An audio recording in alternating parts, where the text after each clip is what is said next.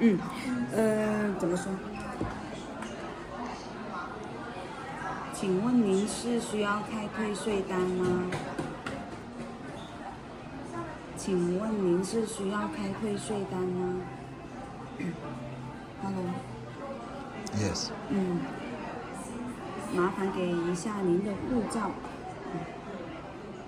So if you like this video series, give it a thumbs up. We're going deep, balls deep into the fake watch market of Southeast Asia. King of the clones. These are all fake Rolexes. This is a fake Rolex store. Everything's fake. That counter's fake. The staff are 3D printed bots. And it's just everything here fake. Discount. I employed a undercover police detective there, Michelle from China. She's one of the best of the best. So we've come in here. We've got some undercover sting. Leighton Hewitt. That's how you tell if it's a fake shop. Is they have a picture of Leighton Hewitt, the tennis player. All right. So I mean, you know you're getting a fake watch. So there's no scam going on here. Right? This isn't a scam. Like everyone knows the watches are fake.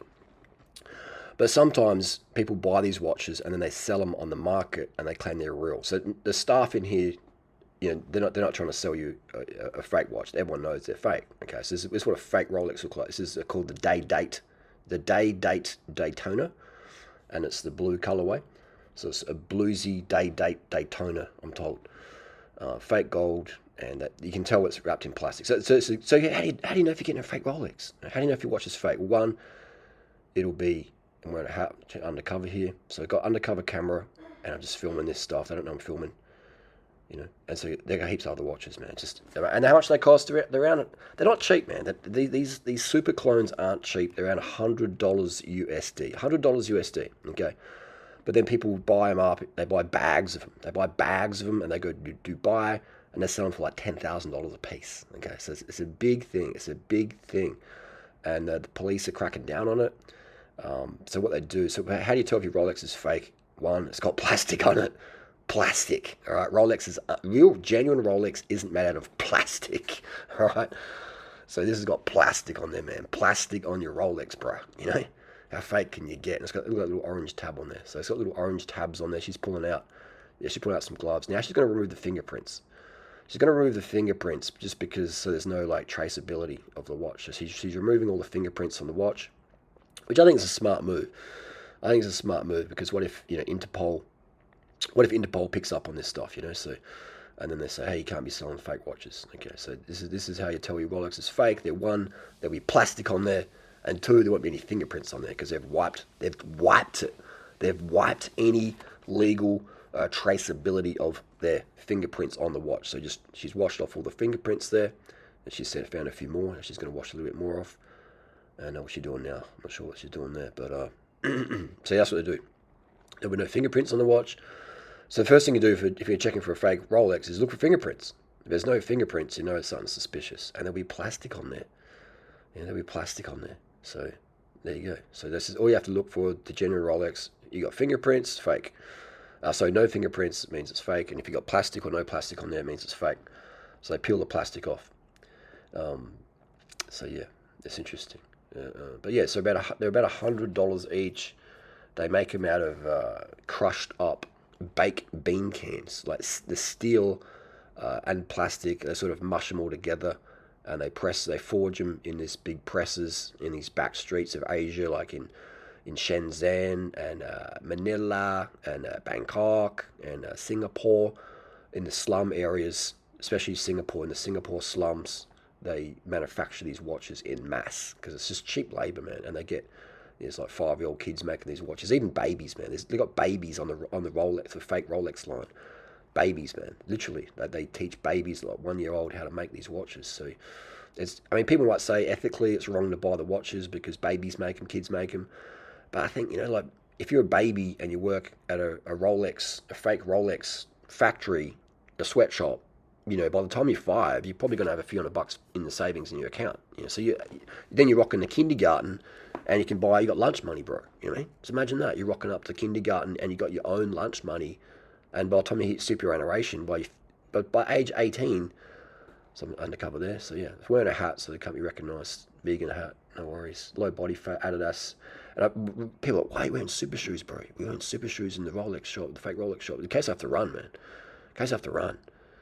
Michelle there, she's just she's pretending to be an influencer. Okay, so that's how she gets through the radar. Just pretends to be an influencer on YouTube, doing YouTube shorts, and there's CCTV all over this joint, man. This is a hot place, bro. We're being watched every second. Okay, so I got my super shoes on. I'm ready to launch out the door, run a sub 16-minute 5K for safety. All right, so I'm ready to roll. I'm warmed up. Another thing when you go in these shops, make sure you get a good warm up. All right, you go to these shops, get a good warm up, because if you got to run, man, you got to do some PR power. You got some PR watts per kilo. So make sure your glycogen petitioning's on point and you deploy maximum hydration levels before you go into these stores. Because what if something goes down? What if they see you filming? What if they suspect it's a sting? The heavies can come out the back door and things can get real bad. Okay, real quick. So you make sure you got your super shoes on, some lightweight shorts, you're just on your feet, ready to run. Okay, ready to run. And if you lose your $100 USD, so be it. Just the price you got to pay, man. You want to play, you got to pay. Simple as that, man. Okay. So then what they do is they'll put the watch on your arm to fit it, so you can smuggle it through customs. So that watch fits perfectly there, right? You see, that fits perfect, right? That's how you want to have them nice and loose.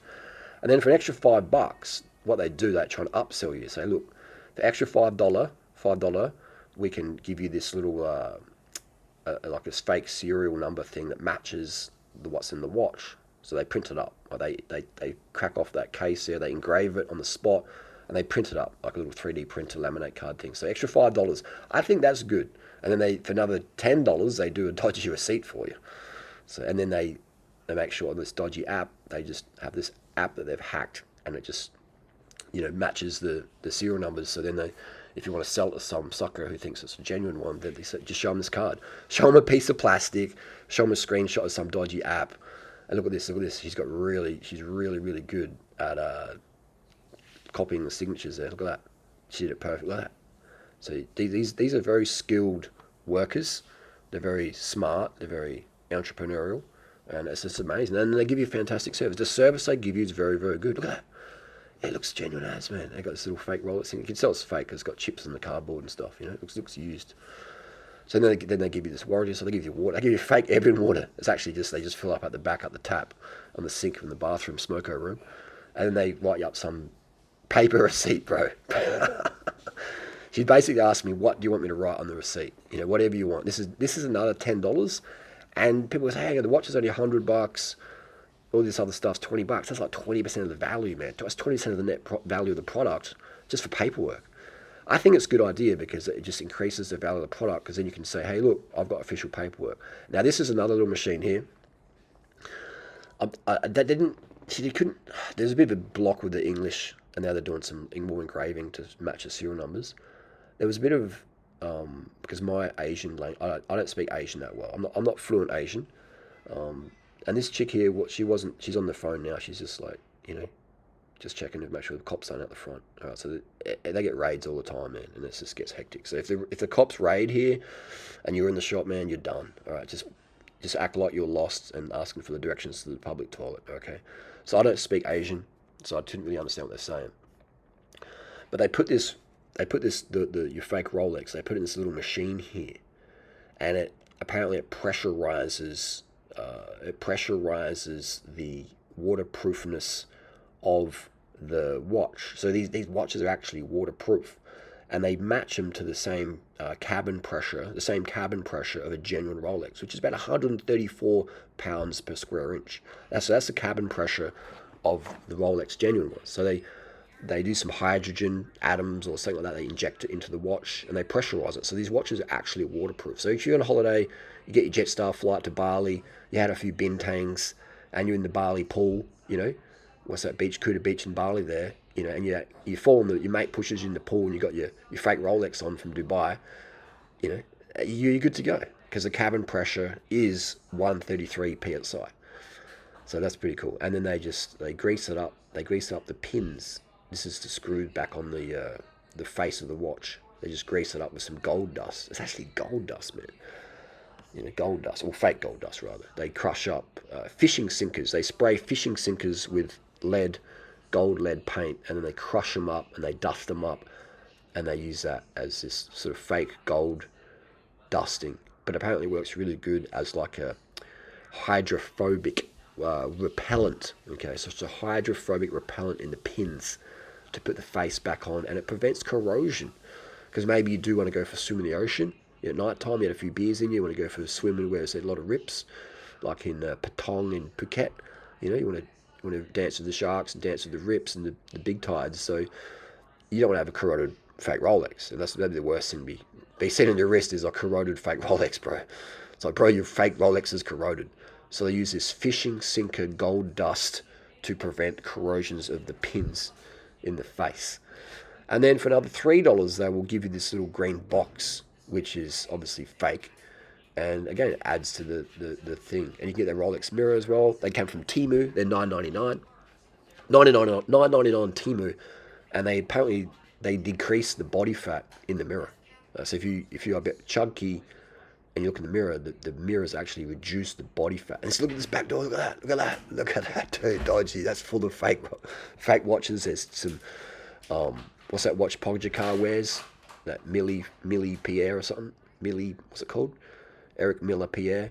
You can get those plastic ones. Look at the boxes up there, bro. You know, so full backdoor style. Backdoor style. Backdoor bunnies. You know, just getting it done. All right, so it's a really good setup. They're great. They give great service here. I do recommend it if you're looking for a fake Rolex, fake watch. An Eric Miller Pierre, Richard Miller Pierre, whatever it's called. Nico Avocado Pierre, Millie. Then this is a great place. And they just do this WeChat stuff. There's another back door. There's a guy on the computer there, and he's checking the CCTV, make sure the cops aren't coming. So it's very, very, very good service. They'll even, and then they'll throw in this for free. All right. So if you give them, so now we're up to about $137 USD, and if once you pass 137 USD, they give you this little plastic leather, pleather, vegan leather, little card thing there, like a little credit card holder. And she's screwing everything back together. She's screwing it all back together, making sure everything's tight. They do it to about 5 Newton meters. They use a little torque wrench as well, and then they chuck it in the box.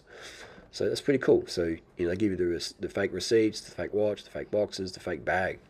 Even look at that, it's printed up. You can sort of see it's all been creased. It's been used before. So there you go. That's good. We're going inside as a Rolexes. If you like this video, give it a thumbs up, and if you want one, you know where to go. Thanks, mate.